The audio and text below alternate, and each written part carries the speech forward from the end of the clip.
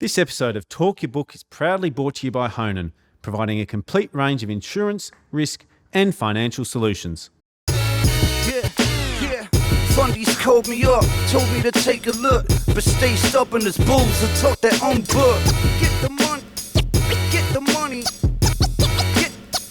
get the money.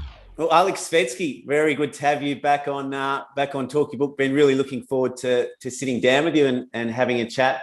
It's been a few months, but it feels like a few years since we last talked. So, firstly, where are you in the world currently, and how are you enjoying this meteoric rise in Bitcoin? Yeah, man, we're living in a time warp. Every month feels like a new year. So, I guess to answer a couple of questions there, I am in Brazil at the moment. So just hanging out, enjoying some sunshine and avoiding the madness of lockdowns. And I guess. Am I enjoying the Bitcoin thing? I don't, like I said beforehand, I don't really look at price these days anymore. If anything, it's kind of annoying because I'm very much still in the accumulation stage. And these days, my shitty dollars are buying less and less Bitcoin. So it's actually annoying. I still remember when we were talking, like, $100 would buy you, can't remember what it was. It was like, I think 200,000 sats. Now I'm buying like 50,000 sats. It's not the greatest feeling, but hey, it's if there's one thing I do feel really good about is I guess everyone who's consistently called me a maniac for the last couple of years is kind of eating their words now. So the joys of being a Bitcoiner. And how's Amber App going? I know you're the founder of that. How's that business running in this bull cycle? Really good, man. So the business is doing much better. We've had a decent influx of users. I think Australia's got a bit of a gambling addiction. So I would say we're not growing as fast as what I would call the shitcoin casinos. People sort of have this tendency to want to find the next Bitcoin and sort of gamble their way into prosperity in some way, shape, or form. So and they've got this sort of unit bias, and what they fail to do is understand the difference between Bitcoin, the problem that Bitcoin is solving, which is the demonopolization of money, and the reintroduction of a money that sort of maps directly to what it's supposed to map to, which is the human time and energy, capital. So that's what Bitcoin fixes, which is a huge problem. And all these other shitcoins and tokens are effectively, just interesting ways for people to gamble, there's a lot of conflation in the two things. And we're doing great. I'm really grateful that we're actually helping people build long-term wealth. Like, that's the whole point of Amber. And I hope that these people who are building up their personal savings, like they're treating it as a sort of a micro version of what Michael Saylor's doing with MicroStrategy. He's put his balance sheet into Bitcoin, so people need to start moving their own personal balance sheet into Bitcoin. So I'm glad that Amber can be a part of that. Well, that's a great segue. So we're going to get into it. In terms of today, we thought last time we spoke was a bit of an introduction to Bitcoin for a lot of viewers and listeners of this show. I think today it'd be useful to maybe work through some of the stories or some of the roadblocks out there that are precluding people from taking that leap into Bitcoin, or for people that are currently holding it. Some of the stories that are creating that fear in their guts around being able to hold it through. Well, it's always a volatile asset class when you measure it against dollars. So I think the biggest story being perpetuated currently or that exists at the minute is India banning Bitcoin. Maybe talk through to the listeners what's happened there and how you're feeling about that. To be honest, I didn't even know about it until, so I was just quickly pulling it up on Twitter. This is how much I couldn't care less about what governments are doing. But I mean, India's banned it I think 2 or 3 times now. It's one of those things. It's like India turning around and saying, we're going to ban the internet. And it's like all they've done is lock themselves out of the house. It's kind of, you can't ban Bitcoin. All you do is you lock yourself out of you and your citizens out of the potential for creating economic prosperity. So it's like they're shooting themselves in the foot. And you know what's funny? India did this by adopting the silver standard a couple hundred years ago when the whole world converged on the gold standard. And they bankrupted themselves in the process because gold is harder money than silver. And here we are again, doing the same thing over and over again because it pays, if you're in government, it pays for you to issue your own currency, because in doing so, you create your own mini Cantillon effect. You enrich yourself, at the expense of someone else. And game theoretically, it actually makes sense to continue to do that. Like, why would you, want to even the playing field when you've got an advantage? Like, so they don't want something like Bitcoin, but unbeknownst to them is just like what happened last time with the price of Bitcoin in India. There was a 10, 20, 30% premium for the price of Bitcoin in India last time they banned it. Here they are again, banning it again. There'll be a premium in, the price in India. Still get it. The greatest military power on the planet has been trying to stop cannabis and they had no chance for the last 50, 60, 70 years. Like, they've tried to stop the war on drugs, the war on alcohol, the war on this, the war on that. If they think they're going to win a war on monetary information, good luck. They're just going to bankrupt themselves in the process. And I think that would be some of the people watching would be, interested in India's decision, more concerned should America take that leap and come to the same conclusion. But I think, like you touched on, the risk of doing that at a time when tech, looks to be the future of all economies, and potentially isolating that group of people in the tech industry and potentially losing them to a different country. It would be an incredible risk if America followed suit and potentially lost all that talent to another country, or potentially a country with different motivations at heart.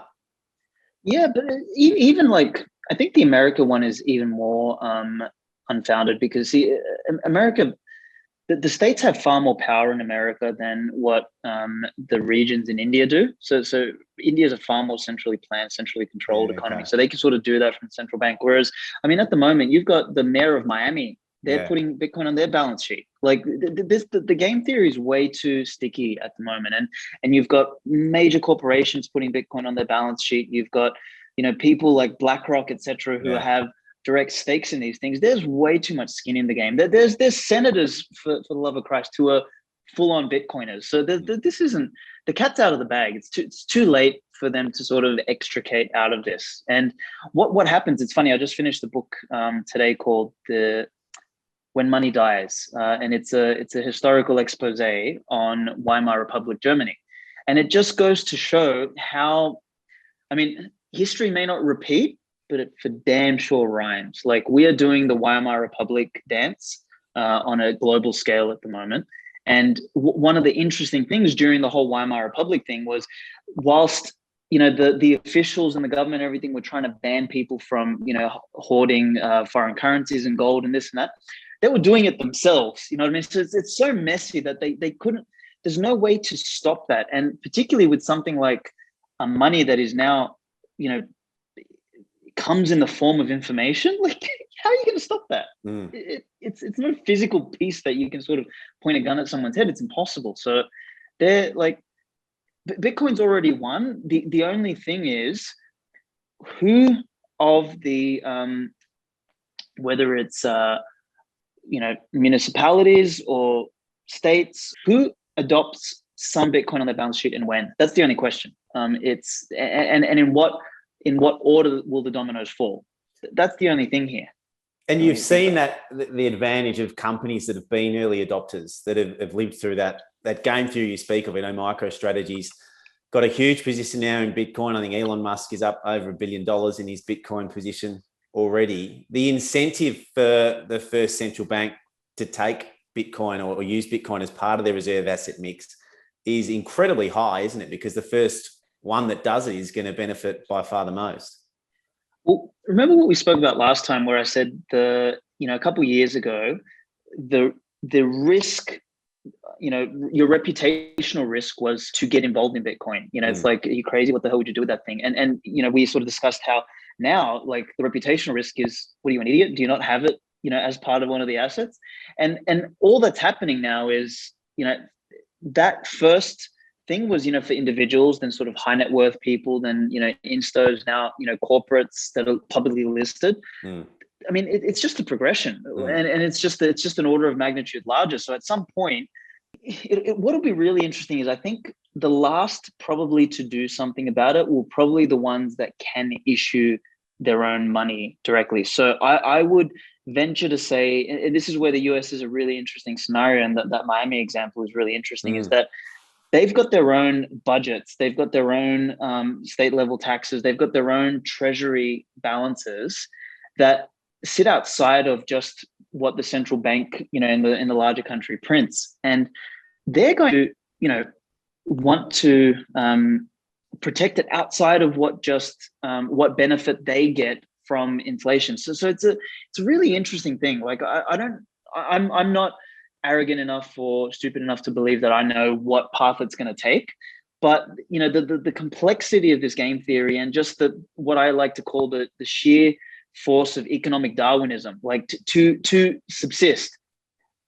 you're not going to be an idiot and store your municipality, your state, your government's wealth in salt or toilet paper. And the more that these traditional fiat currencies lose the very thing that gives them any semblance of perceived value, which is trust in the state, the more that diminishes, the less and less people are going to want to hold that crap. And the more and more they're going to look for some form of money to represent the product of their labor. And Bitcoin stands not head and shoulders above the rest, but it's in a different galaxy than everything else. I think the US already has 70,000 Bitcoin on their balance sheet from confiscation. Silk Road? Yeah, probably. So, I'm pretty sure Bulgaria has like 200,000 as well, and they haven't sold it. So there's Bitcoin around. I'm sure of it. I'm absolutely sure of it. Now, the next thing I thought would be interesting to discuss with you is the real Bitcoin maxis talk about decentralization as the holy grail of what they're chasing. A world where the power in government is almost completely revoked. If you listen to some people talking, that world already exists in certain parts. Certain parts of Africa, complete decentralization where the government does have no control and the rule of law barely exists. And from where I sit, that looks like a fucking horrible place to live. How are you feeling about that? Do you, in your view of what Nirvana looks like, what the holy grail of this looks like in 10, 20, 30 years' time, is it a world where certainly government still exists, but it's a small government with less power and central planning capacity than they currently have? Or do you have this view where there is complete decentralization and big angry guys are walking around bashing everyone? What I think you're talking about there is like the law of the jungle. That the way the law of the jungle functions in Africa is actually a function of a lot more variables. So there's reasons why the West emerged as an economic powerhouse, which is they sort of early on recognized through Enlightenment values the importance of the individual and all this sort of stuff that sort of goes back to the Renaissance, and allowing the individual to be free enough to innovate, and allowing the merchant class to rise, and sort of structuring society around scientific principles and things like that. And what that did was that actually built wealth. Now, government was a byproduct of the creation of wealth and the rise of the merchant class. It wasn't the other way around. What we see in Africa is actually an absence of a lot of that occurred in the West in the first. So Africa lacks a lot of that base foundation in order for these things like rule of law, etc., to emerge. So when Bitcoin maxis talk about a world with little to no government, they're not talking about Africa. What they're talking about is a far more fragmented, decentralized, and localized type of existence, in which the communities or the cities or whatever we sort of live in, they're not run by bankrupt institutions. And when I say bankrupt institutions, I mean governments in the form that they exist today. Like, governments today don't run they don't have their house in order. They waste money on all the wrong things. They're spending time, money, and energy bombing other people, getting into everyone else's business, fucking, telling businesses, what to do, when to do it, how to do it, when they should open, all this. Like, all of this waste is, possible because the government has the monopoly on stealing half of your wealth or more these days through taxation. And then diluting the balance of it by printing money, and then you've basically got no say in it. Now, I call that the subject overlord relationship. It's kind of like going into a shop and wanting to buy something, and first you're punched in the face. They take your wallet, they take out 75% of the money, they tell you what you're going to buy, and if you don't like it, you get thrown out the back with nothing, right? So it's kind of that's the sort of relationship we've got with government at the moment, and that is, again, only possible because they have the monopoly on the production of money and the monopoly on the force of extracting the money from you. Whereas in a Bitcoin type world, what you end up doing is you change the dynamics more to a customer service provider relationship. And there's a guy I should probably intro you to him. You should definitely get him on your show. His name is Titus Giebel. He's an entrepreneur. He did really well in mining over the last 20 years. And what he's now doing is he's building private cities. And these private cities, the whole premise of it is that you have a contractual relationship with the city to provide you pay like a membership fee almost to have the basic services, which is, say, policing, defense, blah, blah, blah. And you have a customer service provider relationship, which is if you don't like it, you leave. And you go somewhere else. So this kind of world is only possible when the person who is supposedly governing is not able to continually grow their empire and stay in power through the capacity to print money. They can keep themselves in business. Like, imagine if you and I were able to run a completely bankrupt fucking business and just keep printing money out the back, but selling people shit that they don't like. It doesn't work. Like, nowhere else on the planet can you run something that doesn't work, which your customers don't like, but you force it on them, other than government and the way nation states function today. So in a Bitcoin world, what you get is, and this is the most important thing, is you get competition. Yeah. And you get competition which can't be cheated. And that is really, really important. And what competition does is it drives innovation, it drives prosperity, it drives more functionality. And those regions that function like Africa without the base, values, without understanding private property rights, without all of that, they will continue to be fucking poor because what they do is they destroy their own capital. Whereas regions that want to build on top of that stuff, they will. And then you'll have this competitive force, almost Darwinian in nature, that drives different jurisdictions to be better because they're going to be like, well, fuck, these guys are doing something different. Maybe we should copy them.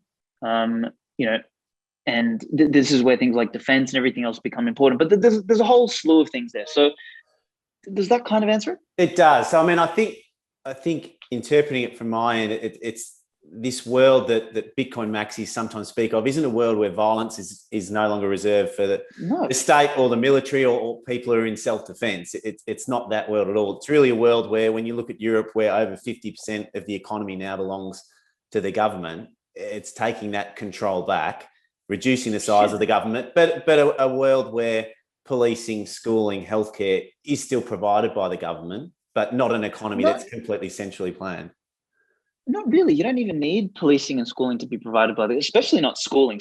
Government schooling, I think, is the worst idea ever. Like, I think private schooling is the best idea because, like, if I was a parent and I have a kid, what I would do is I would look for an a la carte kind of menu. I would look for a specialist school that does, for example, language, specialist school that does math, specialist school that does science. And I would pay for those things on an a la carte basis because I want to, not because I have been forcefully taxed and then have my kid shoehorned into some sort of 12-year program that beats the individuality out of them and then spits them out on the other end, expecting them to add value to the world. That shit doesn't work.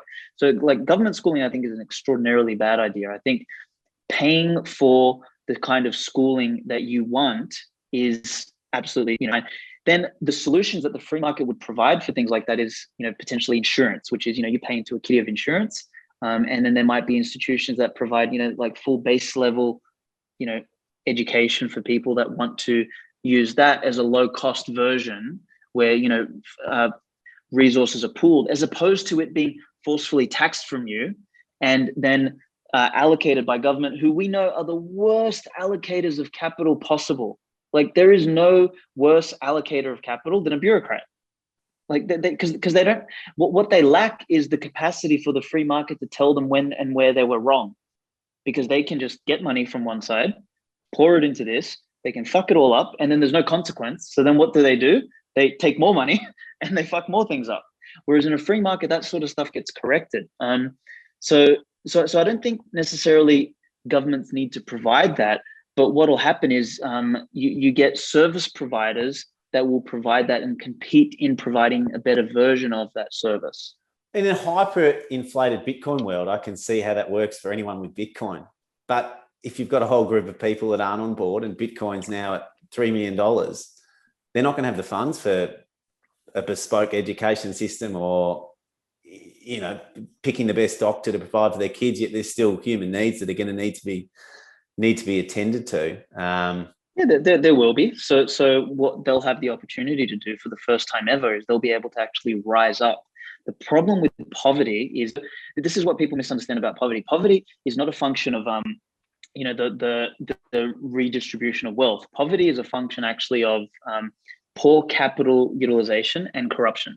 That's purely it. So the reason some people who are on the bottom rung of the world, the reason they can't climb is because every time they take a step on the bottom rung, the rug gets pulled from under them and the money that they've earned evaporates. Like if you're in Venezuela today and you go work for a week, by the time you finish working at the end of the week, you have less money than what you started with. So you actually can't get ahead. Whereas in a Bitcoin world, you can find meaningful work. You can actually save. Like savings is the cornerstone of civilization. You can't have that. And you can't actually climb without being able to save. So Bitcoin doesn't leave anyone behind. It actually enables everybody to start moving up without being stuck down there and being kept down there. That's the current system actually keeps people down there. The bulls will also speak of that without the constant money printing, the deflation we should be seeing in everyday prices that tech has touched, we would actually see it, and you wouldn't need as much money to buy everyday services because we'd see the 100%. deflationary effects of tech, which we're not currently seeing. Absolutely. That's actually a huge point, is all capitalism, all progress is deflationary in nature. Like what we do as human beings is actually deflationary in nature. What we do is we find better ways to do things. We find better ways to put things together, to produce stuff, to make stuff, better ways to provide a service. That is the Darwinian, forcing function of innovation. And that is deflationary in nature. When you do something better and you can provide it to more people, you actually lower the cost. So that's what competition does. As soon as we create monopolies, we destroy the capacity for competition and we sort of move in the other direction. And the problem is that once you empower somebody with enough of a monopoly, they sort of, it's like a drug to get hooked on. Their solution to all the problems is to have more of a monopoly. Okay, let's nationalize this and let's nationalize this. And they continue to clusterfuck everything because they don't have the free market inputs to help correct the decision-making process. They've got an unlimited well of money that they think they can draw from, but all they're doing is they're taxing us in three ways. They tax us today with normal taxes, they invisibly tax us with inflation, and they tax future selves and our future family by borrowing from a future that they're fucking making worse. So it's really, really, really, really, really dumb. And it doesn't help anyone. It actually creates the unnatural inequality we're seeing today. And in a way, the internet was going to be the great savior to some of these things. There's going to be free information flow amongst people all across the world. And what that's slowly turning into is centralization, but instead of being in governments via, 4 or 5 enormous corporations that are now controlling information flow. Do you feel that sort of holy grail of what the internet promised to be, in the early 90s, do you think this movement towards more decentralization could turn that into the project that everyone hopes, or a lot of people hoped it would have been originally? I'm actually writing a piece on this called the rise of the technocratic Leviathan, basically. So what I think has happened here is you can actually draw this back to the constant monetary inflation as well. Is the way the current system functions is that, money is created out of thin air. So it doesn't map back to time and energy like we said. Now, you and I, as normal citizen A and B, we have to go out and work, provide some sort of value into the marketplace in order to earn this unit we call money, in order to measure how much value we've actually input, right? Whereas if you're a government or some form of institution that's close to the monetary spigot, you don't have to do that. You just have to create money out of thin air. And where that money initially goes is it goes to all your friends and cronies first. So sort of it seeps into the economy in layers. But because it goes to your sort of banking friends and everything first, and this is why about 10, 15 years ago, a lot of the traditional banks turned into investment banks in America, because they saw that that's where all the money is they get the money first. And then what do? Is they then pour all that money into the public stock market. So they and where do they pour it? They pour it primarily into the companies in the Dow Jones, the top NASDAQ companies, etc. And if you're a company like an Amazon or a Facebook or a Google that is already doing things way better, what you end up doing is you amass a disproportionate amount of the money that is basically coming from the top, and you all of a sudden you are turbocharged more than what you would naturally be turbocharged as an entity. And then that creates these oligopolies that sit around the monopoly that then get to create rules like, they can have lobbying power, they can have, the ability to push legislation in different directions, they can keep out other competitors, they can buy small competitors when they're small because they're so overcapitalized. So what you get is this unnatural monopolization of players that are really close to the monetary spigot. That can't happen in a competitive marketplace, because what happens in a competitive marketplace where somebody can't have an unfair advantage is the little guy starts to eat away at the large guy. And you don't see anywhere else in nature one species dominating the rest, except for us fools who've managed to sort of build these these monopolistic sort of behemoths that are state, what we know as the state. And that has now given rise to these technocratic almost monopolies. And it's almost like a Faustian bargain, is these governments have kind of done this, they've done it to themselves, and now they're facing an existential threat, which is these, the Googles and the Facebooks and everything of the world are more powerful than most nation states are today. So it's a really weird situation. And that has all sort of stems from this misallocation of capital, which is being created at one end, but because the system is closed, as it gets created on one side, it actually gets leached from the other. So we're basically paying for it in a really convoluted, fucked up way, and it's unfortunate. But to your original point, I don't think the move to decentralization actually fixes this. I think what fixes a lot of this is Bitcoin breaking the capacity for anybody to play an unfair game. And in doing so, what you start to do is these institutions, these corporations, all this stuff starts to normalize, because we can encourage natural competition again. And natural competition is what drives things better, makes them better, and it actually destroys unnatural monopolies. So you don't see a world where there'll be early movers in Bitcoin that, may end up with a wealth that's just astronomical. You don't see them then having that same leverage over their local government, who are now competing for those guys to be living in the municipality than what the tech giants currently have? Absolutely not, because what happens is you can't stay there unless you're making good decisions. That's the difference. So you might have that sort of pool, that sort of leverage, and you might go and build your own city and you say, fuck it, these are my rules. And if you don't like my rules, fuck you. And you might have really bad rules. But what happens is everyone's going to fuck off out of there and go somewhere else. And all of a sudden you're bankrupting yourself. So now for the first time is Bitcoin actually creates downward movement and upward movement in society. It enables both of them. Whereas at the moment, if you're close enough to the monetary spigot, you don't have any downward movement. And if you're towards the bottom, you can't fucking rise up. And then what ends up happening is the middle class, those of us in the middle, we pay for both of them, which is really messed up. Whereas in Bitcoin, it creates what Nassim Taleb would call ergodic, or an easier way to think about that is dynamic in nature, which means we can move up and down the thing. So bad decisions will push you down. So people who are large scale Bitcoin holders, I guarantee you a lot of them are going to make bad fucking decisions. That Bitcoin's going to recirculate, and it's going to go into the hands of people who make better decisions. Furthermore, and this is the really interesting part, is generationally speaking, how many people do we know, and I can give you so many, but do we know that came from nothing and built something from nothing, versus how many people do we know that were born into a rich family and all they did was become degenerates or junkies or all that sort of stuff, right? So you look at a couple of the richest men today, or the people who've created the biggest companies. Musk came from nothing. Bezos came from nothing. jobs came from nothing. Like all of these people, they built something from nothing. Whereas you've got all these, like the kids of IBM or whatever, they're just sort of trust fund babies who they don't have to do anything, but they sort of benefit from the Cantillon effect of being close enough to all of that excess capital flowing into public stocks, and they don't have to add more value. Whereas in a Bitcoin world, if I was a really good Bitcoiner, for example, and built some generational wealth, passed it on to my kids, and my kids turned out to be little entitled brats who just burnt it all on, Coke hookers and Lamborghinis. Well, shit, that Bitcoin's gone. And there's no way for me to like sit here and print it to at the disadvantage of anyone else. And that's what's beautiful about that. So I have no concern about people who got in early. Some of them might be assholes, but they will only be assholes to their own detriment because they're going to either burn their money or they're going to burn their customers. One of the two.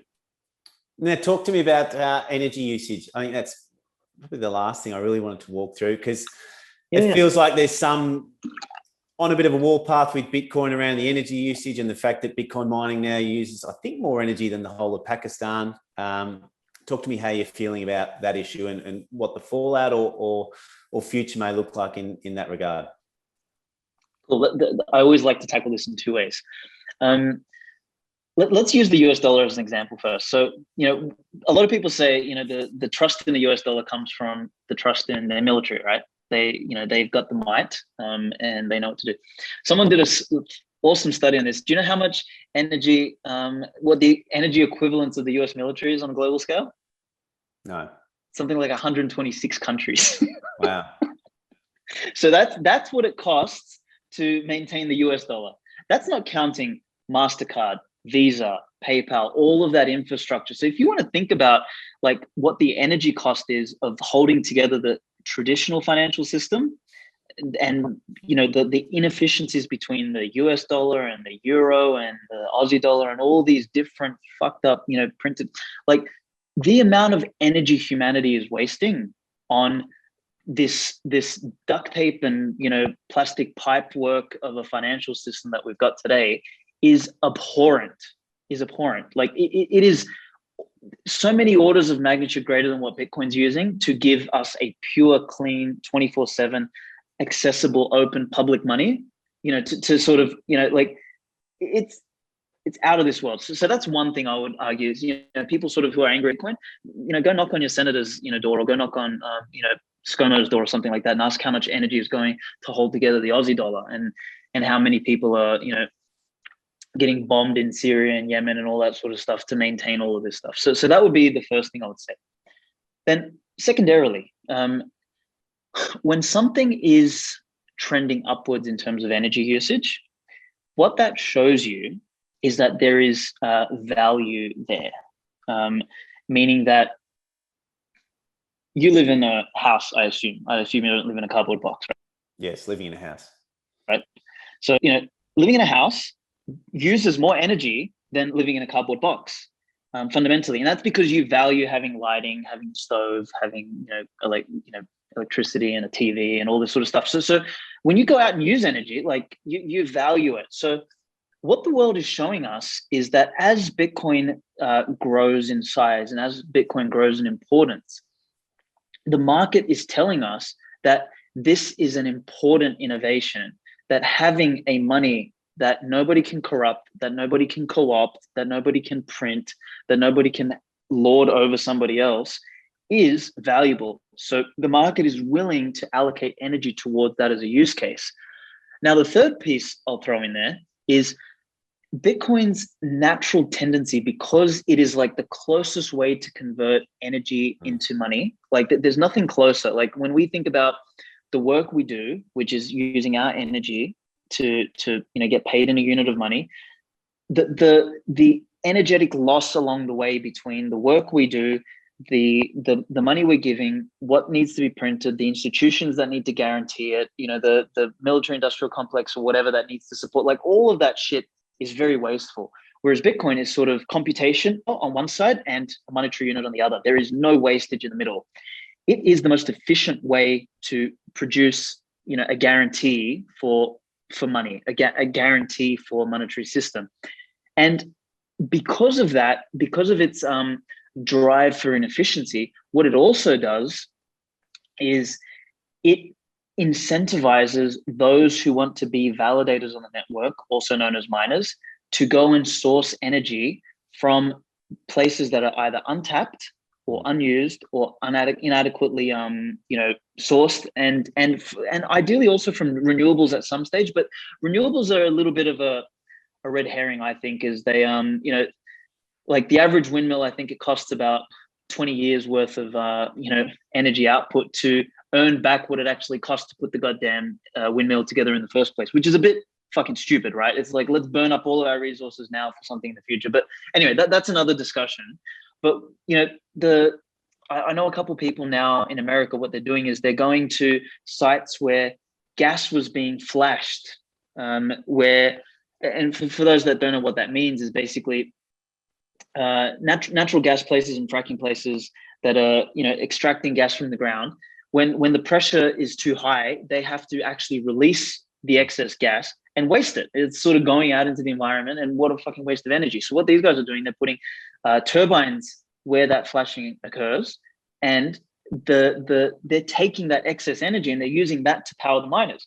It's brilliant. Talk about taking, that's the kind of stuff this is sort of when you allow the free market to go and solve a problem. That's what happens. When you put a bunch of bureaucrats in charge of solving a problem, they put a few sparse windmills and everyone freezes to death in Texas. So that's sort of the difference between how energy and resources are allocated, free market versus bureaucratic. So I don't think the energy one is like, first of all, I always ask compared to what, and that sort of trumps it. And secondly is ask people what does increasing energy, what does a trend of increasing energy usage actually mean? It means that someone values this, and then number three is because of Bitcoin's forcing function to use the most energy, it's going to suck up all of that wasted energy first, and that is extremely good for the environment, extremely good for the planet. Particularly if a lot of those stranded assets are far away from where people live, and by effectively transporting that electricity, you lose the electricity or a big chunk of it in any case. So it's in some ways it's a more efficient process of monetizing energy than could be done otherwise. It's way more efficient. Like what I love about Bitcoin is it eliminates wastage on so many levels. It eliminates wastage at the government level, eliminates wastage at the corporate level, eliminates wastage at the energy transmission level, and it eliminates wastage all across, the different stratas of the world. And this is where, like, I know the whole Bitcoin fixes this thing sounds trite, but it actually does fix a lot of things. And what happens then is the second, third, and subsequent order effects, they start to sort of channel in a direction which, again, it's not some utopian panacea. Like I wrote a piece a little while ago called Libertarians Aren't Utopians. It's not that we're going to live in like peace and prosperity and we're all one shit. There's always going to be conflict. Human beings always disagree with each other, and that's fine. But what it does is it fixes the incentives so that if you're a dick, you pay the price. And if you're good and you add value, you benefit. Simple as that. Like that's what Bitcoin does. And that's why Bitcoin fixes so many things.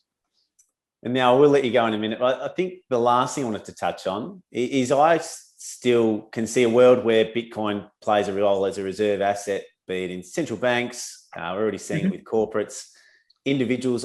I can't see it replacing currencies across different countries. But it sounds like you could see a world where it does not only serve as a reserve asset, but also replaces currencies issued by different governments. Am I right in that? Yeah, I think it just depends on your timescale, man. That's all. Yeah. So maybe in the next 10, 15 years, we might see it more as, treated as this reserve asset like gold. And then, people are issuing currency, their own currencies against it and say we're this much backed in Bitcoin.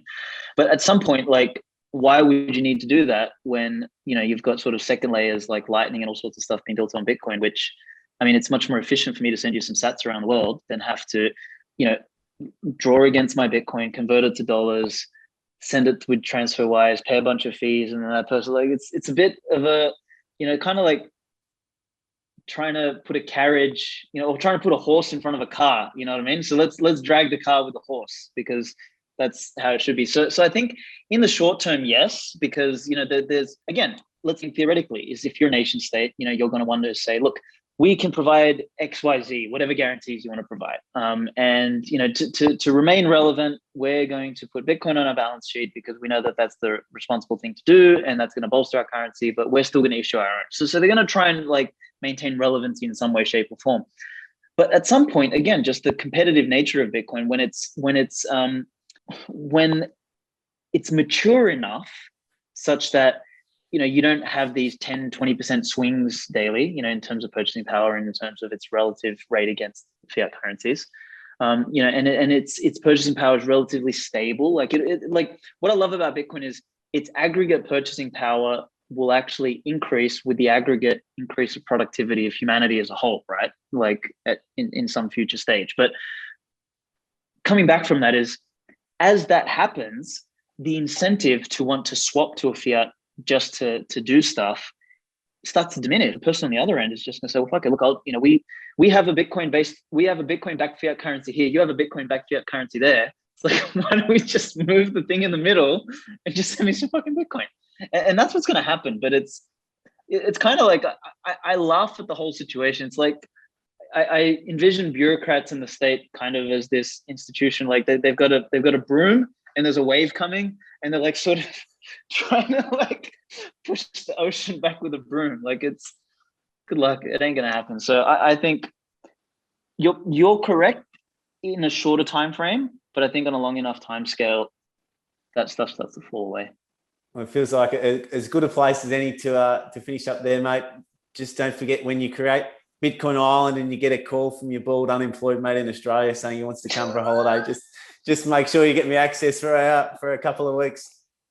No worries, man. It'll be all membership based, so you can come pay in sats. You'll be sweet. But look, jokes aside, I think places like that are going to pop up all over the place, man. It'll be an interesting 10 years, honestly. Like this decade, as much as there's some crazy shit going on, I think this is going to be the most extraordinary decade of I guess transformation from an individual, but also from a social standpoint. Like, there's going to be interesting stuff as Bitcoin sort of helps us eliminate all this excess wastage from society on multiple strata. Like, man, it'll unlock innovation, it'll unlock thinking, it'll unlock new ways of doing stuff. It's going to be wild. So yeah, whether it's my place or whatever other crazy Bitcoiners have put together a little city, you'll be welcome, my man. Thanks, mate. Thanks for the chat, brother. Speak soon. This episode of Talk Your Book was proudly brought to you by Honan, who go beyond a transactional insurance broker to deliver better outcomes for their clients. If you're enjoying Talk Your Book, make sure you subscribe to Chris Judd Invest.